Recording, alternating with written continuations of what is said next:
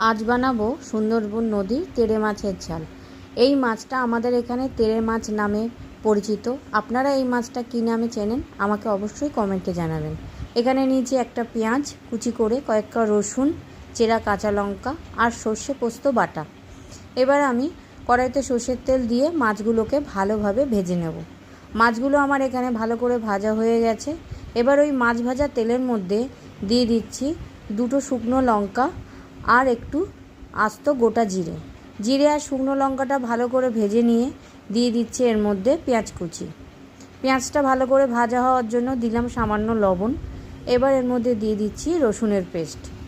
ভালোভাবে কষিয়ে নিয়ে দিচ্ছি একটু হলুদ গুঁড়ো, একটু ধনে গুঁড়ো,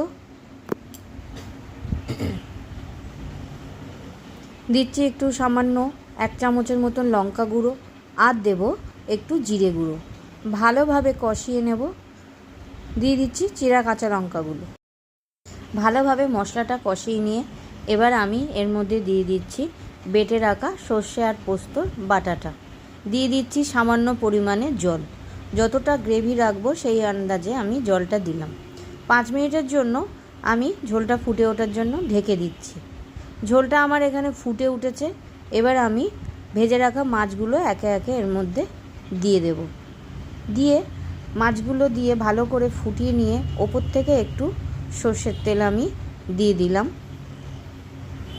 এবার আমি ওপর থেকে অল্প ধনেপাতা ছড়িয়ে মাছটা পরিবেশন করব।